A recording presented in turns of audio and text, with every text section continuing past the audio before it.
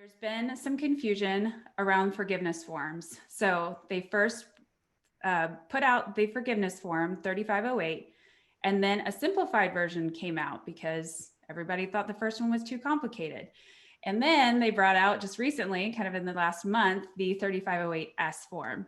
So now we have three forgiveness forms, which for whatever reason they decided was necessary, but it is getting consistently simplified. So maybe for those of you who might be sole proprietors or even partnerships, you might have gotten a loan under 50,000. And if that's the case, you can go ahead and use the 3508S form.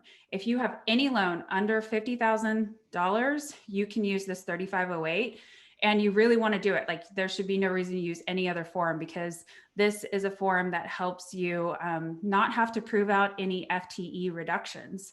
So it definitely is simplified, and it definitely helps you out. It does not mean that you don't have to document your expenses. You still have to do all of that. It does not mean it's blanket forgiveness on any loan under 50,000, but it is giving you sort of what I like to call blanket safe harbor on any employee reductions or any headcount reductions.